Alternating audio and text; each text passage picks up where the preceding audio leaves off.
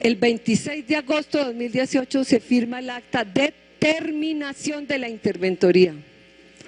El plazo había sido de 9 meses del contrato. El contrato se extendió a 18 meses. Y sin embargo, el día que firman el acta de terminación de la interventoría, se sorprende uno mucho más todavía. Los estudios de factibilidad no estaban listos. Faltaban 4 productos fundamentales del proceso. ¿Cuáles? El sistema de alimentación eléctrica del metro, el programa de flujo de inversiones, y todavía faltaba el CAPES y el OPES, que ya les voy a decir qué quiere decir para los que no lo conocen. Y aquí tengo el acta de terminación del estudio de la interventoría. El término CAPES hace referencia a los gastos de capital, a todo el proceso de inversión del proyecto. Y el OPES hace referencia al gasto operativo, a todo lo que significa gastos operacionales y los servicios del producto, en este caso del metro elevado. Ninguno de estos estaba listo y sin embargo ya llevaba más de un año que la Financiera de Desarrollo Nacional había certificado los estudios de factibilidad del metro. ¿Cómo puede haber un acta de terminación de la interventoría de los estudios de factibilidad cuando a esa fecha de su firma había un faltante de 4 productos fundamentales? Doctor Andrés Escobar, que creo está acá presente, ¿por qué la Financiera de Desarrollo Nacional certificó los estudios de factibilidad un año antes de que la interventoría lo hiciera? Y aún más, después de terminado el contrato estaban incompletos los productos. Según el acta respectiva, quedaron pendientes para diciembre del 2018 nuevamente el CAPES y la programación de la obra. Cuando uno llega ahí, lo único que puede decir es: nos mintieron. Los estudios de factibilidad no estaban listos. Vamos a ver un video, por favor. Entonces, arrancamos este año la compra de predios y la reubicación anticipada de redes. ¿Para qué? Para que cuando lleguen las obras en el año 2017 podamos cumplir ese cronograma ideal de 4 años y tener entonces el metro finalizado en el 2020. El metro finalizado en el 2020. El metro finalizado en el 2020. 2020, déjenme escribir aquí grande. 2020, 2020, 2020. Se lo subrayo. Eso está muy bien. Doctor Escobar, muchísimas gracias por acompañarnos y pasar al tablero. Ya vamos en 2024. ¿Será que sí se cumple? Entonces, simplemente para recordar, se abre el proceso licitatorio en el 2018, a más tardar principios. 1 año de proceso de adjudicación. Estimamos primera piedra 2019. 5 años de construcción. Se lo voy a anotar aquí como el Sí, doctor señor. 2024. Arrancamos 2019. 2019. 5 años. Primera piedra. Así es. ¿Cierto? Y 2024. Finalización de la obra. ¿Cuándo va a poder disfrutarse la primera línea del metro por parte de los bogotanos? En el segundo semestre del año próximo se abrirá la licitación y la línea se terminará en el año 2022. 2022. No se pudo en el 2020. ¿Cuándo se va a poner la primera piedra? Decíamos, en abril se firma el acta de inicio del contrato y ahí empieza el cronómetro a correr. Hay unos plazos máximos que tiene el contratista que están sujetos, entre otras, a unas multas si no cumple. De manera que ya queda en sus manos empezar a hacer las primeras obras a partir de abril del año entrante. Sí. ¿Cuándo sería? ¿Cuándo estaría el metro? 2025. 2025. ¿Se atreve a subrayarlo? Pues estamos haciendo futurología. El metro se va a demorar 10 años construyendo. José Fernando. Antes de 8 años, solo hasta dentro de 8 años, un ciudadano de Bogotá se va a montar por primera vez en el metro. Y la gran diferencia que tiene nuestro metro y la de otros anteriores en los que se han gastado decenas de miles de millones de pesos en publicidad en televisión y en renders y demás, es que este sí lo vamos a hacer. La discusión no es si el metro es elevado o subterráneo, el tema es que este sí lo vamos a hacer. Esa es la gran diferencia. ¿Dónde está la primera piedra del metro? Yo no la he visto. Yo no he visto la primera piedra del metro y no he visto en absoluto que eso haya avanzado. ¿Dónde está el metro que el doctor Escobar lo firmó y lo subrayó, 2020, y lo prometió. Y el del director de Planeación Nacional dijo que en el 2024. Y Enrique Peñalosa que en el 2025. Y ahora Claudia nos dice que 10 años más. ¿Por qué nos mienten tanto? No se cansan de mentirle a los bogotanos, a la ciudad, al país. Pero mi intervención es solamente sobre el tema de interventoría y voy a seguir por ahí. Resulta que la ley 1882 dice lo siguiente: el Gobierno Nacional adoptará interventoría para las obras públicas, interventoría para la consultoría de estudios y diseños de obras públicas, consultoría en ingeniería para obras, según dice la ley 1882 de 2018, artículo 4, parágrafo 7. Y el Estatuto Anticorrupción, ¿qué nos dice? Nos dice, con el fin de proteger la moralidad administrativa, de prevenir la ocurrencia de actos de corrupción y de tutelar la transparencia de la actividad contractual, las entidades públicas están obligadas a vigilar permanentemente la correcta ejecución del objeto contratado a través de un supervisor o un interventor según corresponda. ¿O es que se nos olvida que el costo de la corrupción está en 50 billones de pesos al año? Se nos olvida las trampas que hay en este país para robarnos a los ciudadanos lo que tenemos derecho. Gracias, presidente. Muchas gracias a todos los miembros de la Administración Distrital, a todas las personas que asisten a este importante debate.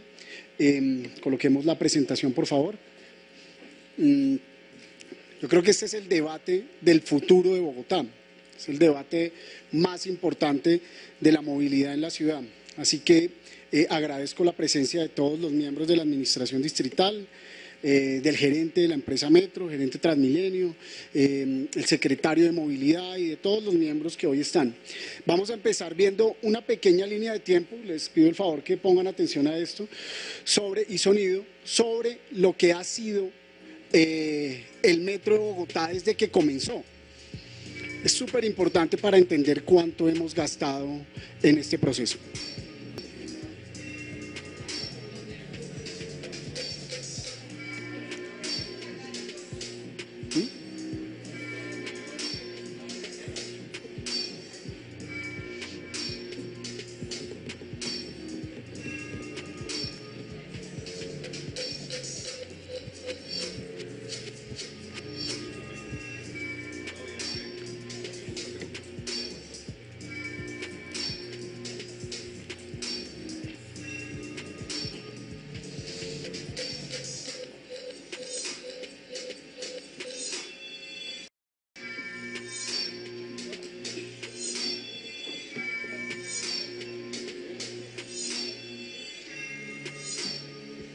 Y esa es la línea de tiempo de todo lo que ha sucedido con respecto al tema Metro.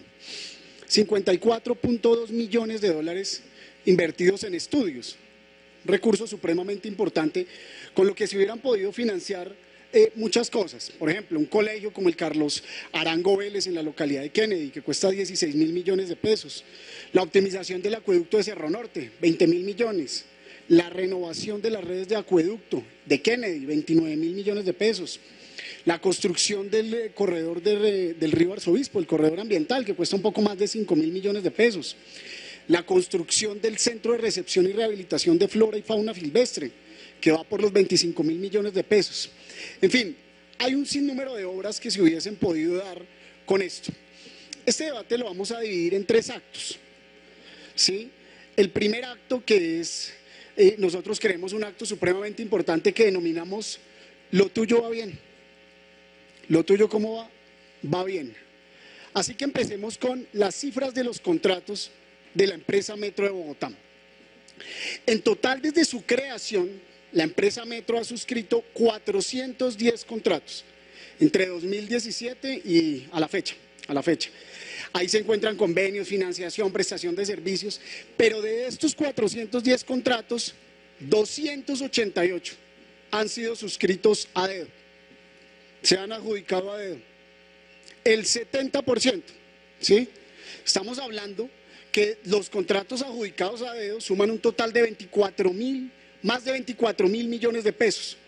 Una suma grande frente a este tema de contratos a dedo. Mire, solo los de prestación de servicios, de esos 24.000 millones, suman 12.489 millones.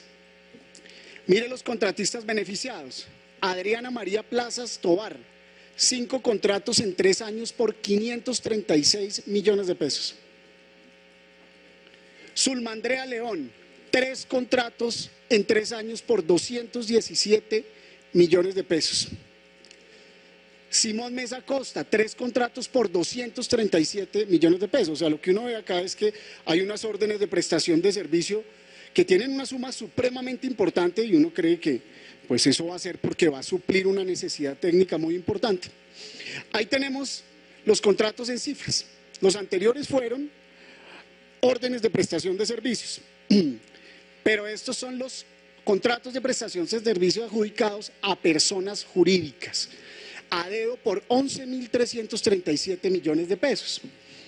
Ahí tenemos varias empresas de las que están en ese listado, pero estas son las empresas mayormente beneficiadas. La empresa Confirma SAS, una empresa que tuvo 3 contratos que suman 5.187 millones de pesos.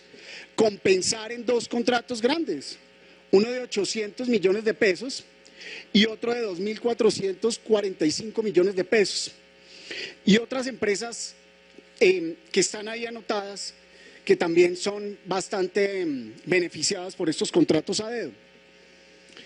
Vamos a empezar entonces con el capítulo Confirma, capítulo que tocó la compañera Heidi, pero que vamos a profundizar un poquito más.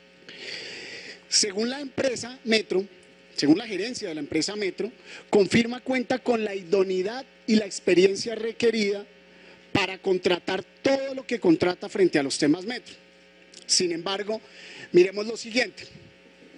La actividad principal de Confirma en el año 2010 era el procesamiento de datos, alojamiento de hosting y actividades relacionadas. O sea, era una empresa dedicada exclusivamente a alojamiento de servicios en la nube. Era una empresa dedicada a tener hosting y cosas de estas que tenía ya. No era una empresa que estuviera adecuada para tener cosas con referencia a Metro. No tenía su objeto social con respecto a ninguna actividad que tuviera que ver con el Metro. Miren, el 6 de diciembre de 2017 iniciaron con una actividad, la 7110, o sea, hicieron un cambio en Cámara de Comercio para incluir actividades de arquitectura, ingeniería y otras actividades conexas de consultoría técnica. Particularmente un año antes de que fuera adjudicado el primer contrato con la empresa Metro de Bogotá. Entonces, hicimos el ejercicio de solicitar el RUP de esta empresa y lo que dice la Cámara de Comercio de Medellín, porque está inscrita en Medellín, es lo siguiente. ¿Sí? Esta es una empresa que ha tenido 11 contratos con las empresas públicas de Medellín. Ha tenido 8 contratos con la Cámara de Comercio de Medellín. Y solo ha tenido 2 contratos que tienen que ver con infraestructura de transporte, solo 2. Una con MetroPlus, que es una empresa del Valle de Aburrá, que es para BRT, sistema de buses BRT, como el SITP de acá, y otra con la empresa Metro de Medellín. Ahora miremos esa experiencia. La gran experiencia de transporte que tiene esta empresa Confirma, que fue la gran empresa contratada por la empresa Metro de Bogotá, fue de 178 millones de pesos en un consorcio en el cual solo tenía la participación del 42%. O sea, es una empresa que tiene a lo sumo 85 millones de pesos de experiencia en algo que tiene que ver con transporte, no específicamente en Metro. Pero con MetroPlus sí tiene un contrato de 4,5 millones, que está registrado en su RUP.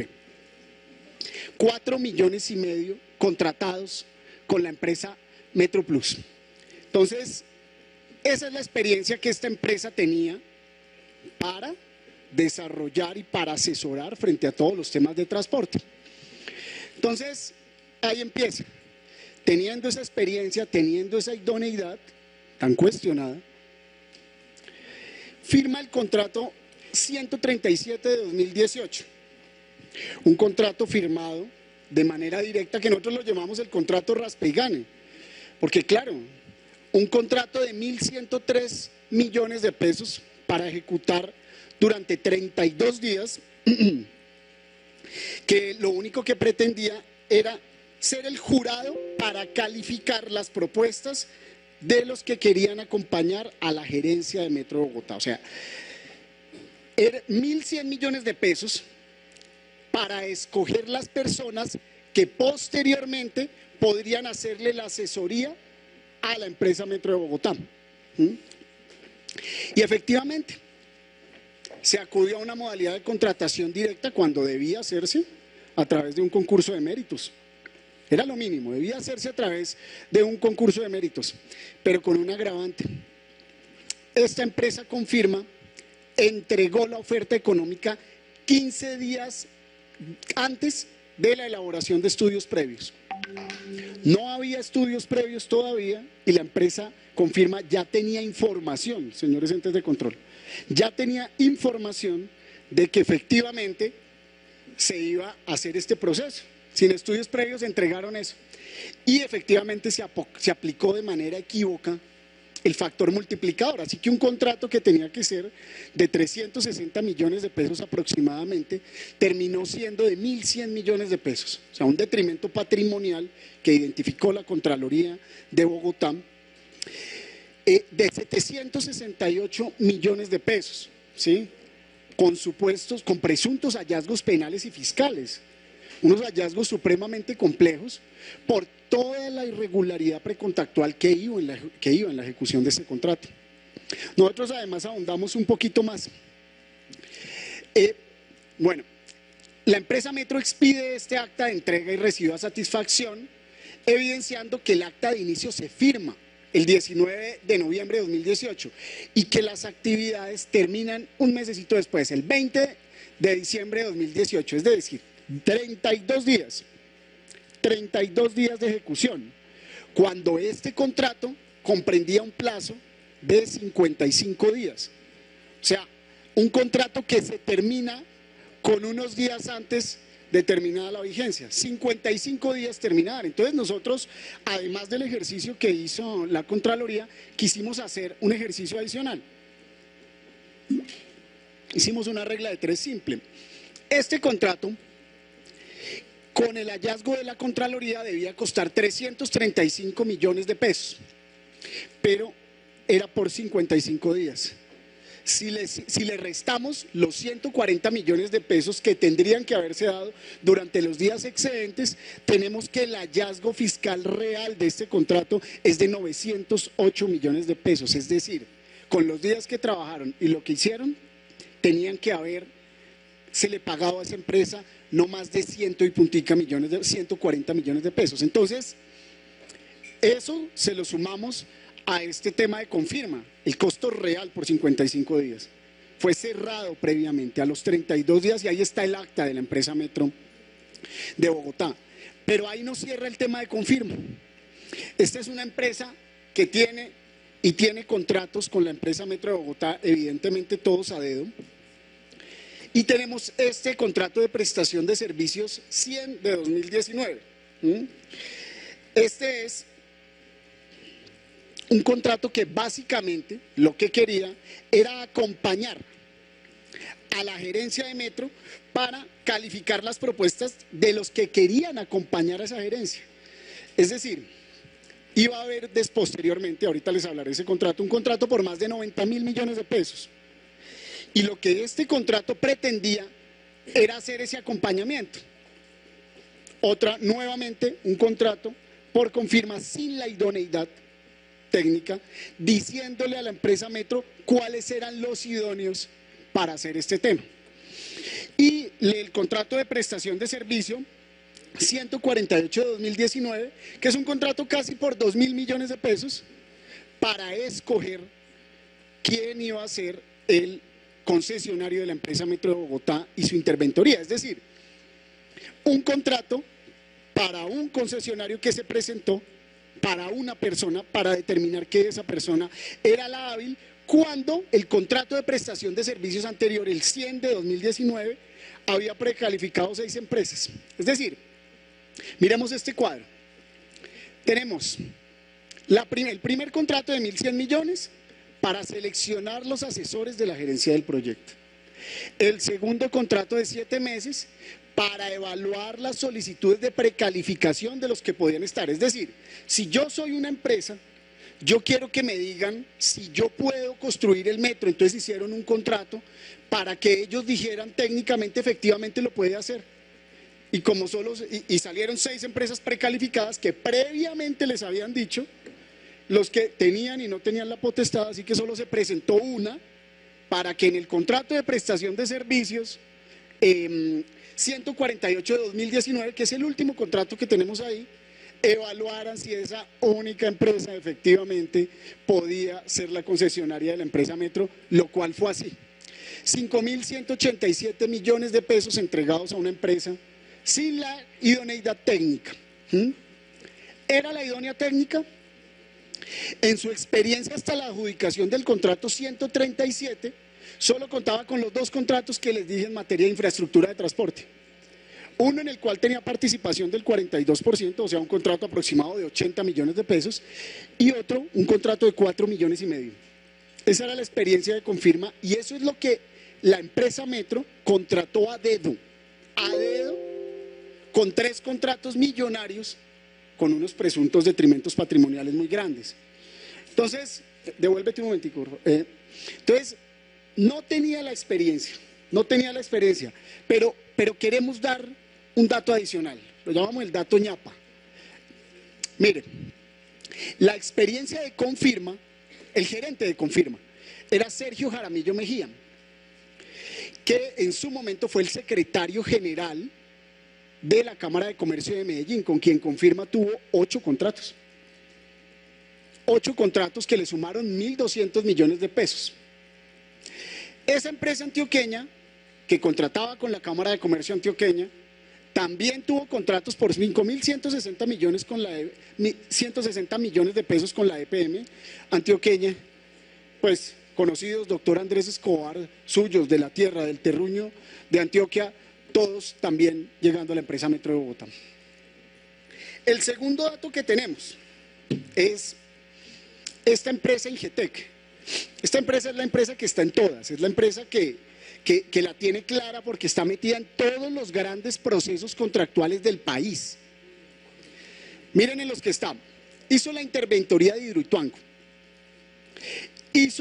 Fue el consultor del informe adicional del túnel de la línea. Fue el diseñador de la hidroeléctrica del Guavio, que estuvo en recesión de energía durante 5 años. Le hice la interventoría a Obedrech, en la hidroeléctrica de Caldas. Y fue el interventor de las losas de Transmilenio, que si no estoy mal por temas de permitir una construcción con relleno fluido, se empezaron a romper. Este es Ingetec. Entonces, ¿Ingetec qué hizo? Ingetec hizo los estudios y el diseño del Metro de Bogotá. ¿Sí? Fíjense estos tweets bien interesantes de su momento, en enero 18 del 2017. Se advertía por parte de algunos congresistas que la Financiera Nacional dará el contrato a Ingetec y Sistra y que serían fijos ganadores. Mire, había una empresa que se llamaba Arup, que tenía la experiencia y que cobraba menos, pero pues uno de los dueños de Ingetec era asesor no formal de nuestro exalcalde Peñalosa. Entonces ahí hubo una adjudicación. Entonces, ahí tenemos ya 2 temitas. Esto fue por parte del Fondo Financiero Nacional y la otro era el tema de la empresa Confirma. Yo cuando estaba organizando este debate estaba intentando capturar el momento en el que se encuentra este proceso. Traté de entender si esto era un cuento chino, traté de ver cuál era la palabra que realmente mejor describía, y la verdad es que para mí lo que mejor describe la situación de este proceso es que esto es un metro en el aire. Y vamos a demostrar por qué este metro está hoy en el aire. Empecemos solamente mirando el cronograma, una noticia que teníamos para cuando estaba agendado el debate, pero que la alcaldesa Claudia López se nos adelantó a dar el día sábado. Cuando recibimos las respuestas del gerente del Metro de Bogotá y empezamos a hacer el cronograma, nos dimos cuenta que era imposible que entregaran el metro en el año 2024. Y era imposible porque nos dijeron primero que el acta de inicio se iba a firmar en marzo de este año, pero la respuesta oficial del Metro de Bogotá es que es en junio. ¿Y esto cómo se explica? Se explica porque la administración anterior estaba enfocada en firmar el contrato a como diera lugar. Un contrato que para nosotros empieza a tener visos de ilegalidad. Primero, porque hay un montón de requisitos que debe cumplir el contratista para llegar al acta de inicio, que a la vez tienen que ir formalizándose en unas actas que tienen que ver con requisitos que debe llenar el mismo contratista, entre estos la financiación. Yo hago la primera pregunta que le dejo al gerente del metro: ¿por qué se retrasa la firma del acta de inicio del contrato de marzo a junio? En julio van a adjudicar, ojalá, la interventoría para que así inicie el contrato. O sea, es un contrato con un término, pero no es un término claro. Depende el inicio de un montón de requisitos y si no se cumplen, en realidad no sabemos cuándo va a iniciar. Esta interventoría se debe adjudicar para que hagamos las cosas al derecho, para que empiece la primera fase del proyecto, que es que 27 meses del diseño de ingeniería de detalles. Sin embargo, para ser muy eficientes en un proceso donde hoy podríamos estar en el tercer año de construcción del metro subterráneo, para ser muy eficientes, el gerente del metro nos dice que inició el traslado anticipado de redes desde el año 2017 y que continúa. Nosotros queremos aquí hablar del primer riesgo importante que vemos. Están trasladando redes de energía, de agua, de comunicaciones al mismo tiempo que hacen el diseño de detalle. Estuvimos analizando, por ejemplo, las prórrogas del contrato de la avenida 68 en su contrato de diseños de estudio, factibilidad, estudios y diseños de detalle. El contrato tenía un cronograma y empezaron a haber prórrogas, 4 prórrogas.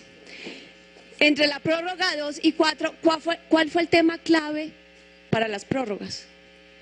Que las empresas de servicios públicos no aprobaban los diseños del contratista.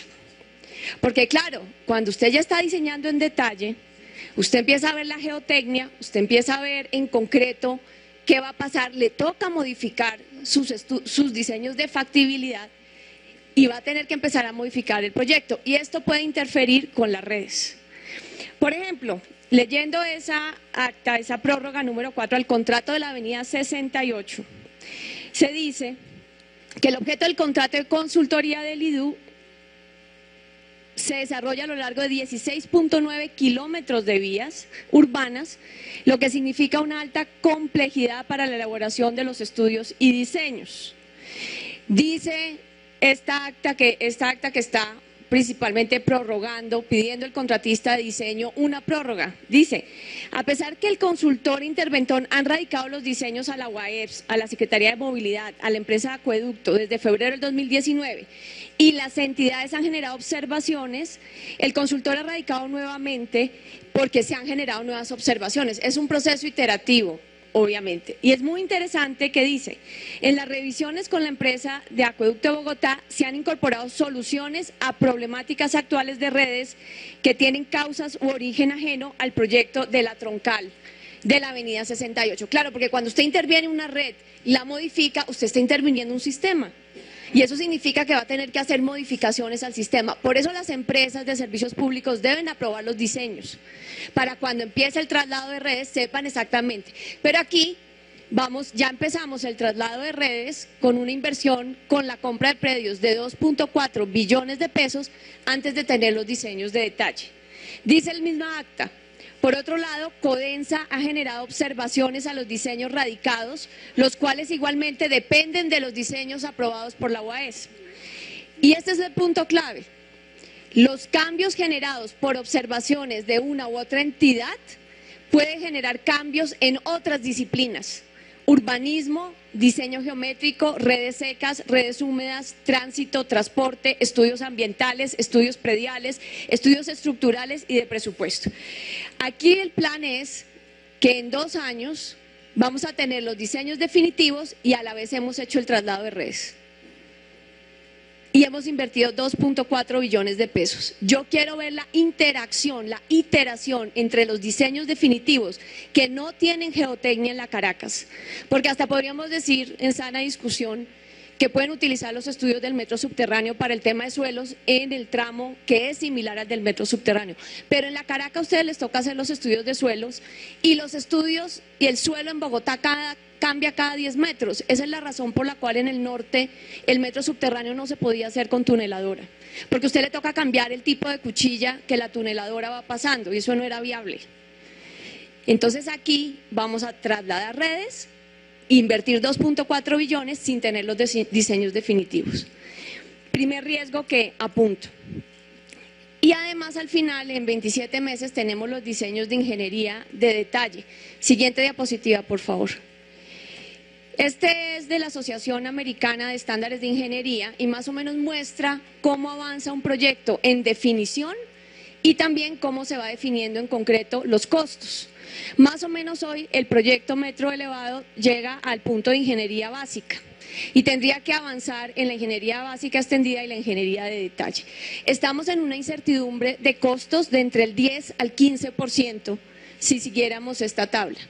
Si hoy ustedes ya adjudicaron un contrato sin diseños de detalle, con operación a 20 años por 13.9 billones, esto podría significar entre 1.2 a 2 billones adicionales cuando llegue la ingeniería de detalle y no hemos empezado la obra.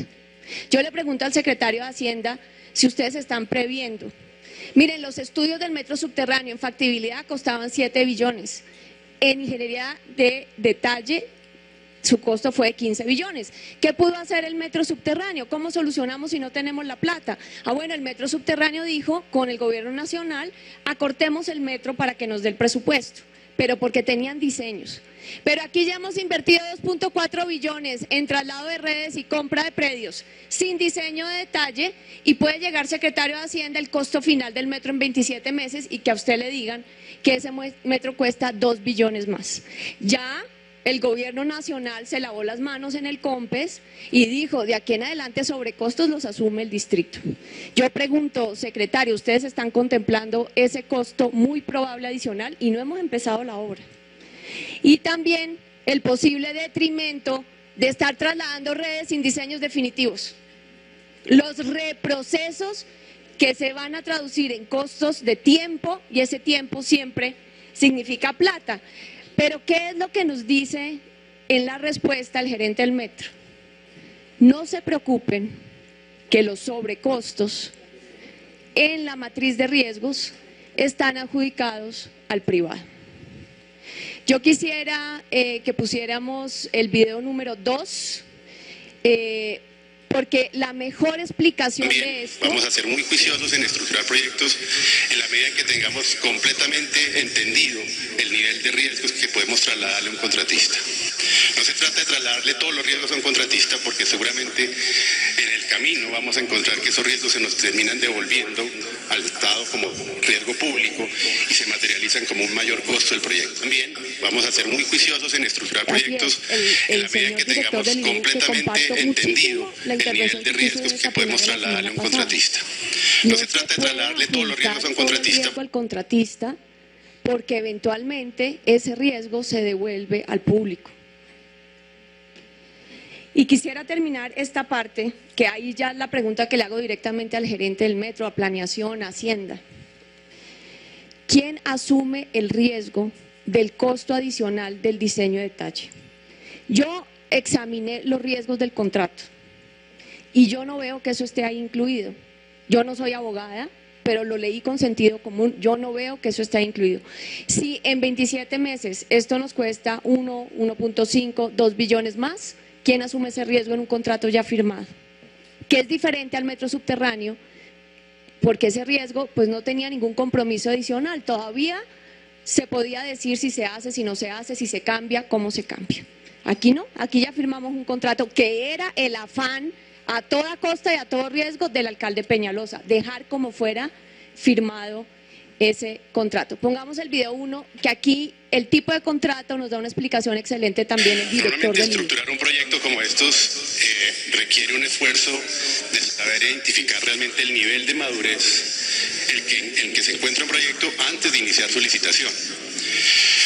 Por práctica que ha tomado Lido últimamente, en los últimos años, se han contratado muchas obras bajo el concepto de diseño y construcción. Cuando uno saca una obra a diseño y construcción es porque es consciente que hay ciertos riesgos y que hay ciertas incertidumbres que es posible que se materialicen en el momento en que arranquen los diseños a cargo del mismo constructor. Es un modelo que en ocasiones ha sido perverso. Si uno no tiene muy bien identificados desde la factibilidad los niveles de incertidumbre de los proyectos. Varias de las obras que tiene contratado el IDU en ese momento han sido contratadas bajo el concepto de diseño y construcción. Eso de alguna manera hoy en día nos tiene en varios de los proyectos que se han mencionado acá con una incertidumbre sobre la posibilidad de concluir en tiempo y en valor las fases de diseño y por lo tanto en tiempo y en valor la fase de construcción. Normalmente estructurar un proyecto como estos requiere un esfuerzo de saber identificar realmente el nivel de madurez. Pero me parece que es como si estuviera hablando del metro. Director, ese día que usted dijo eso, yo dije, eso es exactamente lo que yo quería decir en el debate. Estamos ante un contrato llave en mano, sin estudio de geotecnia de suelos, sin diseño de detalle, trasladando y comprando predios, poniendo en riesgo 2.4 billones sin saber el costo definitivo. Sigamos, siguiente.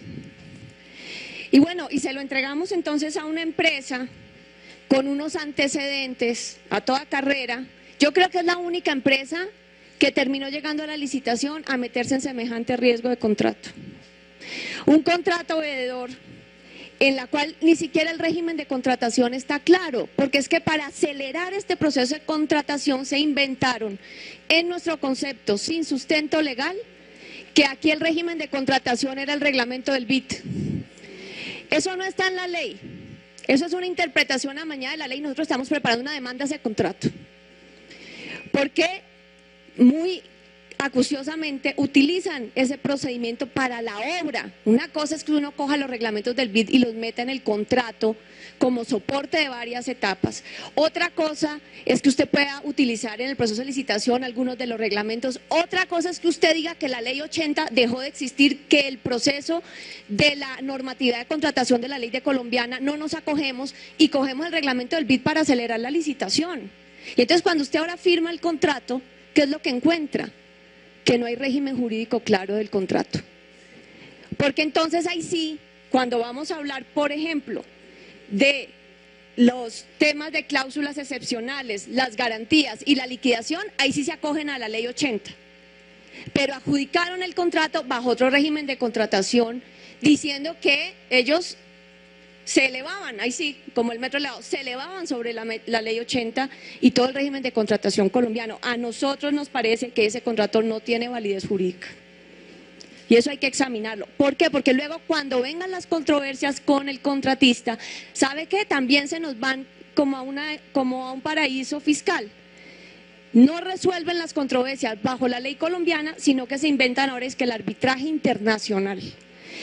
Dice que porque las controversias pueden afectar el comercio internacional y el contrato no explica cuáles controversias específicamente y cómo afectan al comercio internacional. Esto es una burla a la normatividad colombiana y a la capacidad de control sobre esta obra. Y tiene otra perlita. Dice cosas como que el señor prestamista del concesionario, porque obviamente la empresa tiene que pedir fondos porque es una PP, tiene que traer fondos y aportar, el privado tiene que aportar fondos, que si el señor empresa china no le cumple al prestamista, entonces el señor prestamista puede decir, no, pues ya no me sirve este contratista y cambiar de contratista. O sea, se nos está volviendo el contrato de concesión la garantía patrimonial para un negocio entre privados. Cuando el único que debería decir que si el contratista no le sirve y terminar posiblemente un contrato, pues es la empresa Metro Bogotá, no el prestamista del chino. Ese tipo de cosas, en este grado de incertidumbre, nos van a traer muchísimos problemas a futuro. Y la empresa, además, pues tiene antecedentes que ya son de conocimiento público en Sri Lanka, en Costa Rica, en Colombia, y la empresa Cian, que es la que tiene el 15%, tuvo un proceso muy grave en su propia ciudad, donde construyó el metro de su ciudad, con unas coimas de $6 millones, con una subcontratista en donde estaban comprando cable para la construcción del metro, material subestándar. Por eso digo que esto es un cuento chino, porque con este riesgo de costos, con un contrato firmado, ¿cómo vamos a empezar a cubrir los costos que este contrato está dejando? Yo espero que no sea con esas prácticas que esta empresa ya cometió y por la cual ya está judicializado su gerente en China. Siguiente, por favor. Y hablemos del sistema de movilidad que este metro nos trae. Yo lo que veo es que esto tenía cierta lógica en la oferta y la demanda del sistema de movilidad cuando estábamos con el modelo de Peñalosa. Si ustedes ven, la línea azul es el metro elevado, la línea amarilla son las troncales de Transmilenio actuales y las líneas rojas, lo que proyectaba ese modelo, líneas adicionales de Transmilenio. El metro como un alimentador de Transmilenio, este mapa es del COMPES 3900. Siguiente, por favor. Ahora tenemos un modelo en donde la alcaldesa Claudia López quiere volver a la multimodalidad, que fue la que se construyó desde los COMPES de Samuel Moreno Uribe, que el alcalde Gustavo Petro continuó, pero no tiene la capacidad de un metro pesado. Entonces, tenemos un metro que hacia el 2030 va a estar dándonos la Caracas 35.000 pasajeros hora sentido en Transmilenio, y el metro nos está dando 32.000 pasajeros hora sentido, cuando según el mismo COMPES la demanda en la Caracas va aumentando 3.000 pasajeros año. Esto significa que al 2030 la demanda de ese corredor es de 95.000 pasajeros hora sentidos. ¿Qué dice el mismo COMPES? Pues llaman las troncales alimentadoras y complementarias. Las troncales de Transmilenio son complementarias y alimentadoras. Complementarias significa que la demanda de ese borde oriental iba a ser suplido por la troncal de Transmilenio de la séptima, ahí es donde el modelo empezaba a casar. Pero hoy la alcaldesa Claudia López dice que no hace la séptima y no sabemos qué es lo que va a poner en la séptima. ¿Cómo van a suplir la demanda en el tiempo de las troncales? Por eso es que la alcaldesa no se pudo bajar de las 68. Es por eso, porque esto es un sistema, esto no es solamente la obra del metro. Y además, entonces, la alcaldesa empieza ya a hacer anuncios que nosotros no entendemos el fundamento de esos anuncios. El primer anuncio dice es que aumenta este metro elevado a la calle 100. Si ya estamos diciendo, secretario de Hacienda, que no sabemos los costos finales, yo no sé si ustedes han calculado qué significa llevar este metro elevado a la calle 100. ¿Por dónde van a pasar el viaducto por el Monumento de los Héroes? ¿Por dónde van a pasar el viaducto encima de los puentes de la 94? ¿Por dónde es la extensión de la Caracas? ¿Y cuánto cuesta eso? Y además, sin contar los costos de reconstruir totalmente la Caracas para el plan de manejo de tráfico, que nos dice el gerente Metro que está incluido entre esos 13 billones, pero a nosotros eso nos parece mucho. Entonces, aquí empezamos a tener un modelo en donde el sistema como tal empieza ya a tener unos riesgos financieros que yo no sé si ustedes están estudiando. La extensión hasta la 100, si mantuviéramos los mismos kilómetros de lo que cuesta el metro hoy, elevado, sería 1.2 billones más o menos adicionales. Súmele 1.2 a 1.5 billones adicionales del diseño final y no hemos empezado obras. Ya la avenida 68, sin explicación, se adjudicó 700.000 millones adicionales. Vea, la respuesta del director del IDU encargado de ese momento, del 20 de enero, le preguntamos ¿cuánto cuesta la avenida 68? Y nos dijo 2.4 billones. 3 días después la adjudicaron en 3.1 billones. 700.000 millones más en 5 días, ya lo había aquí denunciado la concejal María Fernanda Rojas. Y yo sí espero, obviamente, que la avenida 68 va a ser con buses eléctricos, pero además en el modelo integral de movilidad nos están vendiendo supuestamente la red de Regiotrams. Secretario de Movilidad, ¿estos van a ser trenes de cercanías o trams? ¿Y cómo se mezcla la oferta y la demanda del sistema multimodal de transporte? Porque si son trams, usted sabe que esos son trenes urbanos de baja capacidad. Y además que tienen que parar en cada una de las intersecciones. Regiotram de Occidente, 24 intersecciones. ¿Usted sabe lo que significa eso en el impacto de tráfico de la ciudad? Un tren pasando y el tráfico parado. Ustedes ya vieron esas intersecciones por dónde las van a pasar, y el del norte y el del sur y todos estos regiotrans que nos venden, o es un tren de cercanías con su corredor exclusivo que no interfiere con el tráfico de la ciudad. ¿Qué es lo que vamos a construir? Eso no está claro, y cuánto cuesta. Entonces, yo sí veo todavía no solamente que el metro está en el aire, sino a partir de un metro en el aire subestándar que no tiene la capacidad, un sistema de movilidad multimodal en el aire que tiene muchísimas incertidumbres y riesgos. Siguiente. Voy a pasar por el tiempo, de pronto regreso a esto más adelante, pero nos sorprendió mucho la diferencia entre el impacto socioeconómico que nos dijo el gerente del metro. No el gerente, sino la empresa Metro, en las discusiones que ha habido en la ciudad, que había pronosticado más o menos 1.700 afectaciones a empresas por el paro del tráfico durante la construcción, en un plan de manejo de tráfico que a nosotros nos parece una locura. Cargas de